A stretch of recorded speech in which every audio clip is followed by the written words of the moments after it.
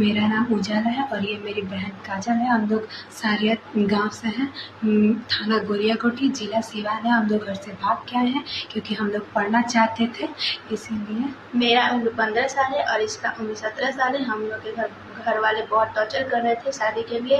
हम लोग अभी शादी नहीं करना चाहते हैं, इसीलिए हम लोग घर से चले आए ताकि हम लोग कोई टॉर्चर वगैरह ना करें, हम लोग खुद पढ़ सकें। हम लोग जहाँ पे भी हम लोग सेफ हैं। कृपया आप लोग किसी पे भी इल्ज़ाम ना लगाएं, ना फलक ना इरफान।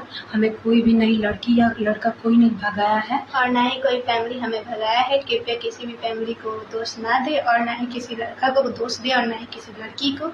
और हम लोग अभी कुछ हो तो ये जिम्मेदारी हमारी फैमिली को जाएगी। कृपया करके हमें पुलिस से यही निवेदन है कि आप लोग हमें ढूंढने की कोशिश ना करें। और हम लोग जहाँ पे भी हैं सेफ हैं, तो आप लोग कृपया हम लोग को ना ढूंढें और हम लोग को जहाँ है वहाँ रहने दीजिए और हम लोग को पढ़ने दीजिए।